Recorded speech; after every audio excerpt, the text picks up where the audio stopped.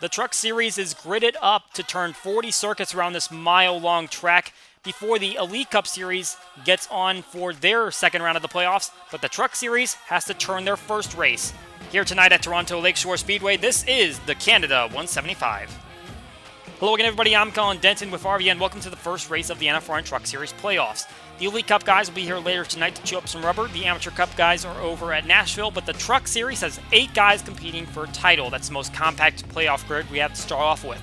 Some of them have finished in the top 10 in half the races, and in one case, they haven't finished any higher than 8th place this season. That just shows the consistency that some of these guys have to put themselves into this playoff field. Adam Kuhn just barely beat out Benny Seitzer at Texas World, and the playoff picture could have looked a lot different if Seitzer had beat him to the line. Kuhn was high enough in points, he could have gotten an open spot if he finished in second, but for Ray and Rawls, their playoff berths were saved by Kuhn getting to the line first. He was not able to do that at Columbia earlier this season, where Barry Watson took home the victory, and he is not in this playoff field. He did not finish top 25 in points, as is required. He's the only driver in this season across all 3 series not to make that mark. So he can go for a good finish, but he is not competing for a title tonight or for the rest of the season. Now we're going to see which of these 8 guys could possibly go and advance themselves into the round of 6. There are a lot more guys in this field that have not won a race so far, but you never know, one of those 8 guys could come home on top. Let's take a look at the part-timer races to see how they all fared. Richard Fridge leading the way in the first duel, 38 trucks trying to make the top 10. Immediately off the start, Jonathan Mick, who was on the outside pole of that duel, he is fading way back on that high outside line. Everyone really preferring to go onto that inside groove. Going to be a little contact here between the 97 of Tyler Bate and Ryan Reed in the 66. Reed will slide back up the racetrack, but being in the back of the field, they're not going to throw a caution. They will keep on racing. But as Reed continues to go on the track, Luke Evans getting held up a little bit with that 66 running a little bit slow with that contact on the inside wall, giving him a little damage and making his truck a little slower. He finally cuts inside, tries to get some of that possession back. A tight battle for that last transfer spot. Richard Raffy, Brett Graham, Keyshawn Richardson, Carson Clevenger. We'd end up seeing Aiden Valdez in that 04 truck start to slide backward on that outside line. You can see he goes on the high outside at 3 wide. He will lose a lot of spots and end up losing a chance at making the final field. Richard Fridge will make it to the finish line first, followed by Justin Zeidel, Tanya Breyer, Luke Evans, Louis Usher, Nick Rail, Tristan Nudette, Richard Raffy, Keyshawn Richardson, and Carson Clevenger. 10 drivers moving on to the next heat. We go to the next duel. Gatlin Downey leading the way. Brandon Figueroa, he's trapped on that outside line, but unlike Mick, he's able to get down to the inside, get himself a little clear, and did not lose quite as many spots. He'll remain in the hunt. We see here a battle for second place. Carson Mitchell moving to the inside of Jack Kitchell, moving him up the racetrack and moving him back through the field. Here's another battle going into turn 3. Tyler Sage moving to the inside of Christian Vargas. Trying to see what he can do to move himself up. Leland Fife following just behind. It's going to end up being Gatlin Downey getting to the start-finish line first, followed by Carson Mitchell, Jordan Probst, Donnie Williams, John Campbell, Juan Garcia, Brandon Figueroa, Will Stukes, Tyler Sage, and Christian Vargas will just barely hang on for that 10th spot. So the 10 drivers in both of those duels move on to our final events, trying to see who will be the 6 that make it into the main feature. Richard Fridge starting on the inside, going to have the advantage early, but he's going to be moved out of the way by Justin Zeidel. Both of these drivers trying to make their second start in the series, and Fridge continues to fall back. The 99 truck underneath them, Nick Rail, trying to move upward, and so is Gatlin Downey, who started on the outside front row, but he has not been able to hold that position. Luke Evans, the driver leading the way in the part-time point standings, able to get by Justin Zeidel. He's going to make it to the finish line first, and he will bring the other 19 drivers in the field to the start-finish line in single file. Let's take a look at the other drivers that make it in. Louis Usher, Carson Clevenger, Justin Zeidel, Nick Rail, and Richard Raffy are all going to qualify for the event. Everyone, with the exception of Evans, making their first start in the series. Gatlin Downey and Juan Garcia, the first 2 that are just outside of making it into the top 10. Both of them still looking for their first starts. You see the back half of the field here. Several names of drivers that have already qualified for an event this season. Mitchell, Ludette, Richardson, Breyer, Fridge. They are all going to be on the outside looking in. Adam Kuhn will be our hot seat driver for this race. He has 3 top 10s in the past 3 races, including that victory at Texas World. Will have his helmet on board for the entirety of this race. Let's take a quick look at our chase standings. Heading into this one, 6 different winners are going to have a 3-point advantage over our non-winners, Steve Ray and Jasper Rowles, heading into this event. Definitely going to see if those 2 drivers that have been very consistent this season but haven't been able to come up on the top step of the podium are able to take advantage of their momentum to power by some of these guys that have the victories but haven't necessarily shown all the pieces coming together. This could be a big opportunity for them to get some points and start to work their way up in the standings and move on to the next round. That is going to do it for our pre-race coverage. Let's send it down trackside to get the starting command for tonight's race. Ladies and gentlemen, boys and girls of all ages, here to give the command to start engines for today's race, please welcome your Grand Marshal, Director of Admissions at the University of Northwestern Ohio, Don Loden. Drivers, start your engines!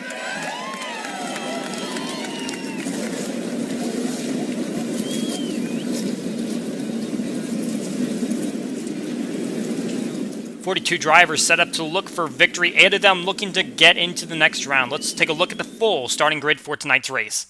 Starting at the front, Jesse McConnell, the first driver outside the playoff cut line. He'll look for his first victory in this series in the 62 Spoji Chevrolet.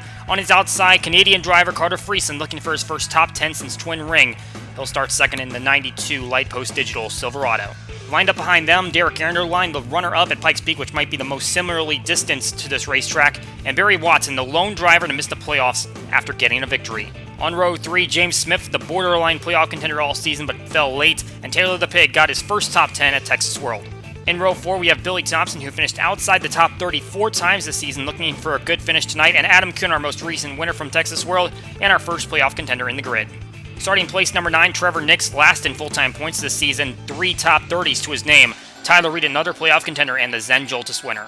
In row 6, we have 2 drivers who got their best finishes at Twin Ring, Robbie Bell, who got 7th, and Recency, who got 3rd. In the 13th spot, we've got Hunter Cox, who got his second top 10 of the season at Texas World, and Benny Seitzer, who came up 1 spot short of a playoff bid, finishing runner-up at Texas World. Stephen Carmona starts place number 15, just 2 spots better than his best finish on the season. Emerson Sims, to his outside, has a best finish of 19th at Trenton. Back in row 9, we have Jason Langley, whose back-to-back top 5s are his only top 20s on the season. Luke Evans, the lone part-time winner, making his 3rd start in a row. In row 10, Jasper Rowles, an open playoff contender who has a best finish of 8th this season, and Louis Usher, the highest qualifying of our 5 first-time starters. In row 11, 3 straight finishes of 35th or worse for Keith Young. He'll try to break that streak today, and Essentia has 2 top 20s in a row. Starting 23rd, Justin Lisenby, who has no top 20s in the past 5 races. Kevin Knight, 3 straight finishes of 30th or worse after starting the season with 3 top 20s. In row 13, Josh McCoy, 4 top 10s on the season, still trying to crack a top 5, and Steve Ray, our other open playoff contender. In row 14, we have Carson Clevenger making his first start in his 5th attempt, and Mike Simpson, 2 top 10s in a row for the 1 seed in the playoffs. In row 15, Dylan Lexton, 2 top 5s at the Super Speedways. Clay McComb, one of our playoff contenders, 3 top 5s at the Intermediates and Short Tracks, which might be a little better suited for Toronto Lakeshore. In row 16, Jim Fowler, a best finish of 12th besides his victory, trying to see if he can crack another top 10. Daniel Voiles, 3 top 10s over the past 4 races. Roger Ray got a season-best 3rd at Texas World. He starts inside row 17. To his outside is Nick Rail, the most veteran among the first-time starters, been attempting since race number 2. Another first-time starter behind him, Richard Roffey. On his outside, Ryan Parasing, 6 top 20s, including 4 in a row. Ross Kispin starts row 19 off, 3 top 10s this season for him. Dalton Wise, a playoff contender, the last in the field, finished no lower than 31st this season.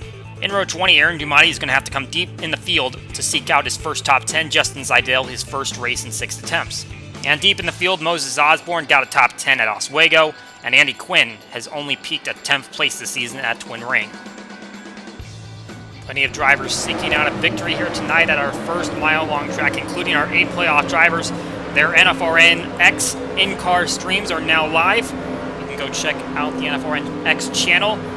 Find your favorite driver, follow along with them as they go for a victory here tonight at Toronto Lakeshore. Pace truck pulls off. 42 trucks on the front stretch. Green flag flies for the first playoff race of the NFRN Truck Series.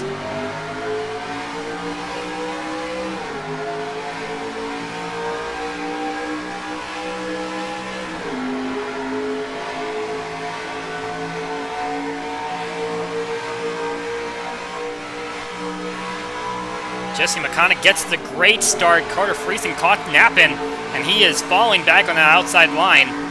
Going to try to squeeze into that inside line, which is way more preferred on this racetrack, but right now he's stuck out there. Now looks like he gets down there. McConnell still out in front. Andrew Line and Smith in tow, along with Billy Thompson and Trevor Nix. Further back in the field, though, they are still spread out 2 wide, even 3 wide, and Tyler Reed is on the high outside. And that is not good for him. He's going to see a lot of trucks go to his inside. After starting in the 10th spot, he is dropping back like a rock. Look at all of those trucks going underneath him. He still can't get down, even to the middle groove. Got another truck up there in the gray with them. That's Emerson Sims. As they're going to fall back fast. Jasper Rawls trying to start to chase down the front part of the group. He is just outside the top 10. Adam Kuhn just in front of him. Those two now leading the playoff standings 3 laps in. You'll see that ticker on the right side constantly updating as the positions go by. And now we have James Smith jump to the inside of Derek Anderline for 2nd place. And Billy Thompson looking for a run there. And he's going to get to the inside. A tough break for Smith at Texas World. He had an opportunity at a playoff spot and he kind of squandered it late. Unfortunately had a spin onto pit lane that kind of cost him there.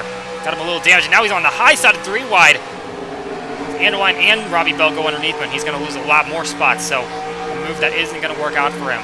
Jess McConnell out in front still, and he is the only driver to complete every lap so far this season, and that goes for all 3 of our series. That is a impressive feat no matter how many races it is. But this far in to the season, still getting every lead lap finished. That's a great run for him. Here comes Adam Kuhn. He's making some moves to the inside. Getting to the inside of Carmona. Got to the inside of Smith as well as Andrew Line, who's now on the high outside and looks like he's now out of the 3 wide situation. Kuhn getting into the front of that pack and going to try to chase down the next group. Meanwhile, here's Steve Ray all the way at the back of the field. It's a bad start to his race, and we see Tyler Reed a few spots ahead of him. He finally found his way to the inside and is going to start to try to make up some positions as we see one truck on the high outside. That's recency. Comes Barry Watson now. He's trying to make up his spots, and this has just been a disastrous season for him. After getting a win at Columbia, his best finish over the past 6 races, 27th position. Right now he runs ahead of that, trying to make up some more spots, goes to the inside of Carmona. But a real heartbreak for that driver, had a win and couldn't get into the playoffs. 7 laps in the books here at Toronto Lakeshore. Break, we'll be right back.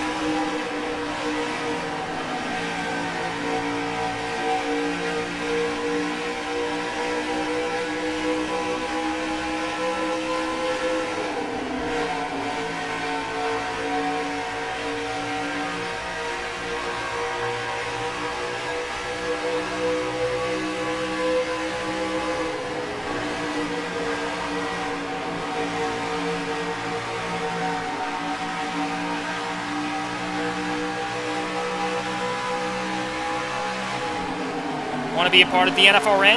You have your opportunity to join this series for the final 5 races of the season before we hit Season 3. Link down in the description. Deadline to start attempting at race number 11 will be in 2 days. Just a reminder, you don't have to sign up multiple times. This one will get you into those final 5 races, and also if you are a full-time driver, you are not allowed to enter into the part-time entries. Just saw a look at Adam Kuhn, and just behind him is Jasper Rawls trying to go and catch up to Kuhn as they run 1-2 among the playoff drivers. Rawls comes in as the 8th seed, and that's exactly where his best finish is. 8th place this season. He hasn't had the best finishes, but he has been consistent, and that's been able to get him into these playoffs. He currently runs 1 position better than his best finish. Let's cycle through our playoff drivers while we're at it. Jim Fowler is just a few spots behind. He is 17 points above the cut line. And unfortunately for him, his only top 10 finish so far this season has come on the dirt. That was his victory at Oswego. But he hasn't finished very well on the pavement. 12th place finish for him. That came at Zen Joltis, the super speedway. Go back to Trenton, a place that he was leading at. He finished 14th there. That was his best intermediate finish. Here's Mike Simpson. He's the next driver down, and he is just kind of hanging there in that bubble line. He is right next to Clint McComb, Dalton Wise, Tyler Reed. Fortunately for him, he's on the green side of that, but he's going to have to start making up some positions. And it seems like now that everyone's calmed down, we're kind of single file. It seems like drivers are having some troubles making up ground. You see there is a pass way up there in the distance, or at least someone is on the high side. But now that everyone's kind of strung out, it's kind of turned into a freight train. And we kind of saw that coming into part-time races.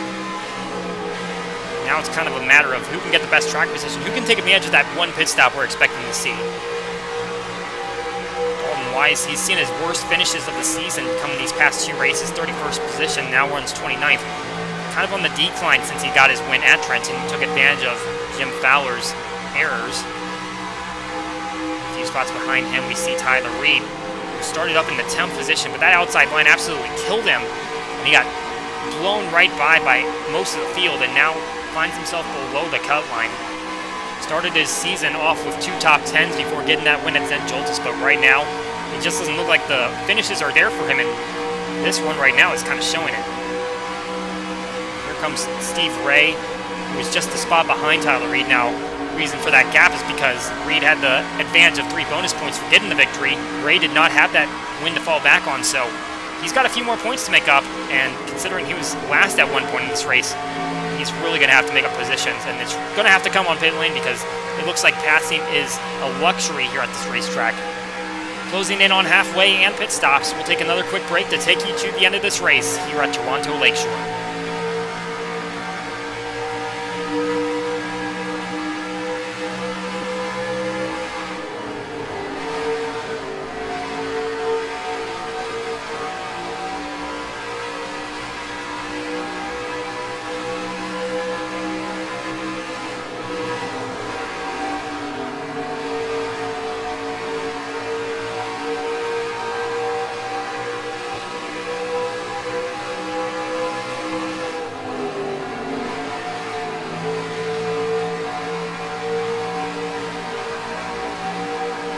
Has led this way from the start. Robbie Bell and Hunter Cox following just behind, followed by Billy Thompson, and that's the group of 4 that's out in front. Trevor Nix a little bit further behind. And as a matter of fact, as we finish up that lap, he's been passed by Adam Kuhn, but this is a great run for Nix, who finds himself deep in the standings. 5 finishes of 37 for worse this season, and he's up here in the top 10, putting up a solid performance. He's going to have to close it out, but right now looking very strong heading into this back half of the race. Just hit lap 21, and here we go, a pass for the lead. Robbie Bell diving to the inside, Jesse McConna, and he's going to have it clear. Thompson cannot take advantage at the same time, and McConna's going to be able to get back into that inside line. Now Hunter Cox has the disadvantage. Thompson can go underneath him, and maybe Adam Kuhn slides in here for 4th place. The move made for the lead. McConna now runs 2nd. Looking a little deeper in our field, let's take a look at Carson Clevenger running that 82 machine, and he is just outside the top 10, but not bad for a first-time starter, and we have 5 of those in this field today. Luke Evans, the lone exception. Here we go. Pass for the inside. Adam Kuhn and Jasper Rawls take advantage of the 76 p.m. on the outside line, and he is going to drop back really far. And here comes McConna once again. A battle to the inside. And just like that, the 62 will take the lead back. We said passing was a luxury. Well, it's starting to happen once again. And they are putting up a big fight at the front of the field. A couple of non-playoff drivers. We mentioned Justin McConna. He was the driver that was just outside the cut line. You see here Carmona now fading back as he was on the outside of 3 wide, but McConna just outside of getting that final open spot that Jasper Rawls took. This will be a big run for McConna. A little bittersweet not being in the playoffs, but a win is a win. You'll take them where you can get them. We see here Benny Seitzer, who finished 2nd place at Texas World. He could have gotten the spot that Adam Kuhn ended up taking, even though Kuhn had a high probability of making it even on points. But Seitzer now finds himself deep in this field, so even if he had gotten in, he'd be well in the deep end as he slides to the back of the field. We see here now Billy Thompson moving to the inside of Robbie Bell, going for 2nd place. If they stay side by side, this is going to be big for Kuhn and Rawls trying to go for spots. And here we go, on board of Adam Kuhn as he goes to the inside, trying to take a spot on the 27. The playoff drivers are loving these non-playoff drivers battling for position as they try to go for a victory to lock themselves into the round of 6. 19 truck staying right against that orange line on the bottom. And now we see here Jim Fowler starting to fade back a little bit. Here comes Dalton Wise trying to take the spot on him and start sending him backwards. Fowler finds himself just 5 points ahead of the cut line. Wise was 4, but now makes the pass on him. Clint McCollum and Tyler Reed, just 2 points separating them. You can see the 8 car in the background, along with the 12 car. Well, here's another situation here as Mike Simpson's going to try to take advantage of Justin Seidel up at the high side. There's a lot of side-by-side racing all of a sudden. We see here a list of the drivers making their first career starts, and so far, not too glamorous for some of them. Louis Usher back in 40th, Nick Rail 39th, Richard Graffi 37th. Seidel currently 22nd, but that might change as he slides back, and Carson Clevenger still having that solid run. We'll see if it holds up. Jasper Wells was not able to get by Robbie Bell, as now there's a separation between him and Kuhn. Trying to see what he can do to get around that 27 and keep himself in contention with the 19 truck, but honestly, all these guys have been running pretty similar lap times, so it's not like the advantage is there.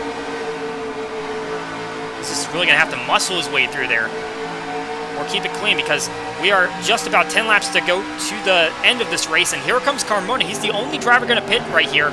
He was near the rear of the field, but here we go. Now we're going to see a lot of the leaders start to come down for their pit stops. We were expecting them to come down one time this race, and here it comes. So McConnell's going to come down. Thompson's going to stay out, get a bonus point. And we see also the 19 and the 01 will come down on this stop. Looks like a lot of takers among the playoff drivers on this first set, but there are a few defectors. Miles will see his pit box first. Jack up the right side of the car. They're going for right side tires at least, but I don't see them moving their tires around. They're going to go with just right sides only, and that might be the strategy across the board. 2 tires only for the 01 truck. He's going to have to watch out for that 69 coming in. Adam Kuhn sitting there trying to get his tank full of fuel. He's a little slow. He finally pulls away, but it looks like he lost a couple positions trying to make sure that he had enough to go to the end. Don't know how much fuel you really needed to pack into it unless he had some damage he had to repair, because you are so close to the end of this race, you don't need that much fuel. Here comes Tyler Reed. He was one of those defectors that stayed out there for an extra lap. We also saw Billy Thompson come down, and that's going to bring the rest of the field down. And Dalton Wise pulling away.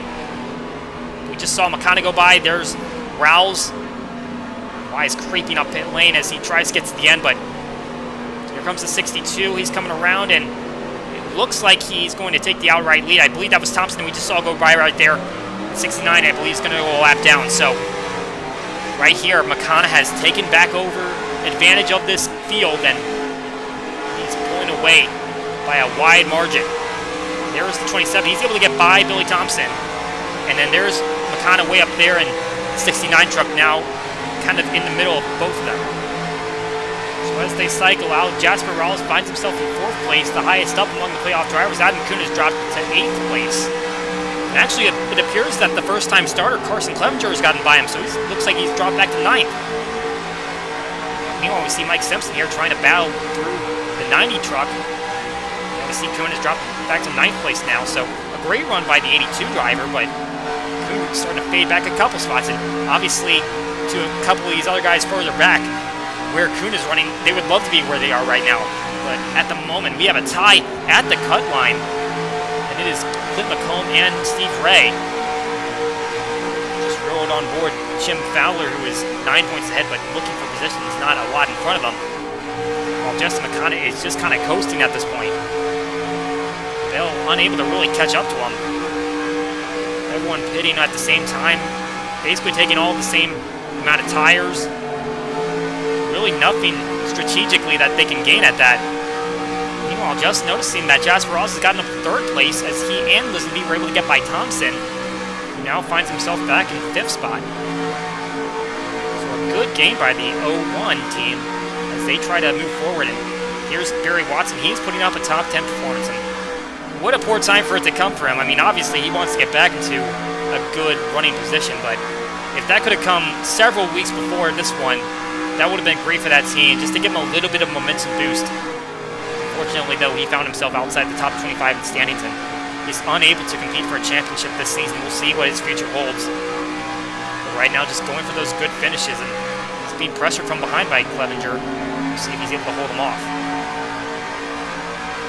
Here with Makana, continuing to hold the lead, got the lapped car of recency behind them. Here comes Justin Lisenby. He's making a move to the inside of Jasper Rawls for 3rd place, so Rawls will drop back 1 spot. try to duck back in the line. Make sure that Thompson doesn't close in and try to get back around the 31 truck while Bell kind of lingers up there. Here comes Kuhn. He's trying to make moves to the inside of Watson. It looks like Clevenger's gotten by for 7th place. 2 laps to go, and Kuhn seeing if he can get one more spot, try to close that gap just a little bit more on Rouse to hold the top spot in the standings. But right now, it's all the 62 truck out in front. Lost the lead a little bit earlier on, just before pit stops, but got it back as he hits the white flag lap. Started the season off with a 4th place run at Columbia, got a runner-up at our lone road course at Mayville. A few top 20s sprinkled in there, but has not seen a ton of success at the intermediate ovals. But despite a lapped truck at his back and not making the playoffs, he is still going to have a good night tonight with his team, claiming a victory here tonight at Toronto Lakeshore.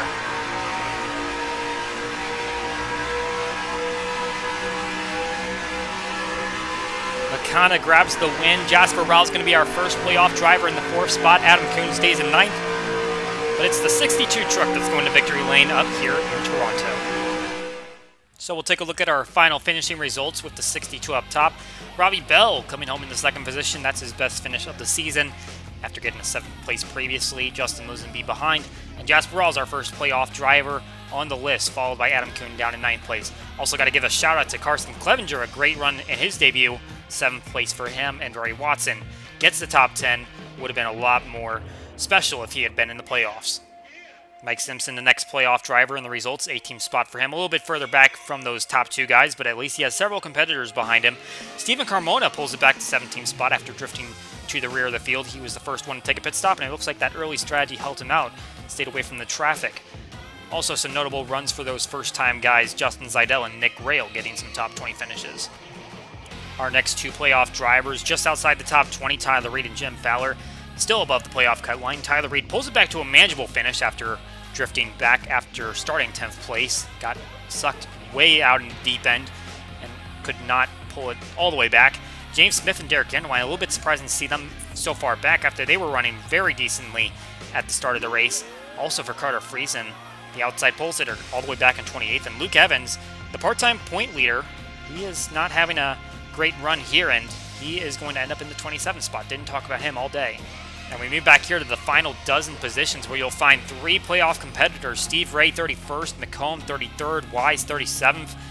Very bad runs for them, and Ray is still not above the cut line because McComb has 3 bonus points to fall back on, so at the moment he's going to have to battle out the A-truck to see if he can get out in front. It's going to take another couple of races to see who will be the 2 drivers outside the cut line. Take a look at our final positions, and Recency is the only driver to go down a lap in our 40-lap event. Now let's take a look at how those chase standings look, and obviously they won't look too different from how they finished today, although as we just mentioned, McComb does have those 3 bonus points from the race win that keeps him in front of Ray for the time being, but it is still a close battle there, and no one is really safe at the moment. Jasper Rowell and Adam Kuhn have given themselves a pretty comfortable cushion, but you never know what's going to happen next race or the one after that could keep them out of contention. Sneaking a peek at some of those drivers that did not qualify for the playoffs. Would you believe that the driver that came in 9th and won the race is going to stay out on top, and he extends the points lead, if you want to call it that, among those that did not qualify for the playoffs? It's kind of a battle to see who will get 9th spot. Some solid runs by both the Western Motorsports drivers, Ryan Parsons and Josh McCoy, finishing inside the top dozen will keep them up there in contention. The runner-up finish for Robbie Bell will help him jump up 5 positions, going from 26th to 21st. And you also see the top 10 run that Barry Watson got him, put him inside the top 25. Unfortunately, just came 1 race too late. And in the bottom part of these full-timer standings, Justin Lisenby's top 5 day is able to pull him away from 3rd to last place in standings, while Trevor Nix is able to get out of the full-on last spot. Meanwhile, Luke Evans, the only part-timer in the field that wasn't a first-time starter, obviously that position helps him extend his points lead, albeit not by much, and he still remains 1 point ahead of Emerson Sims, who is last place in full-timer standings. A quick look at our team standings, which are not reset by playoffs, and Western Motorsports is 2 drivers are putting up some solid performances that are keeping them at the front of this field. Gardner Racing with Roger Ray is just behind by 11.5 points. Thunderhawk Motorsports with James Smith just a little bit behind them. And a look at our 14 drivers trying to compete to get into the Amateur Cup event at Nashville, obviously containing our 8 playoff drivers, as well as the next 6 in standings. Among the drivers on this list, Ross Kispin is the only driver that hasn't made a start in the Amateur Cup Series, although he has made 3 attempts. Although Moses Osborne hasn't made a start since Columbia, so he's certainly gunning for one, although they'll be starting deep in the field. An exciting and intense battle here tonight at Toronto Lakeshore. We go caution-free for the full 40-lap tenure. The playoff drivers try to put up their best, but at the end it was a non-playoff driver that comes home with the victory, and it was the one that happens to be at the top of those drivers that just missed out on getting into the 8-person chase. Our next Truck Series event will be taking place at Derek's Motordrome, a standalone event. We will also have Amateur Cup Series racing at Nashville coming up, along with the Elite Cup Series here at Toronto Lakeshore. For NFRN and RVN, my name is Colin Denton. We will see you all for our next races.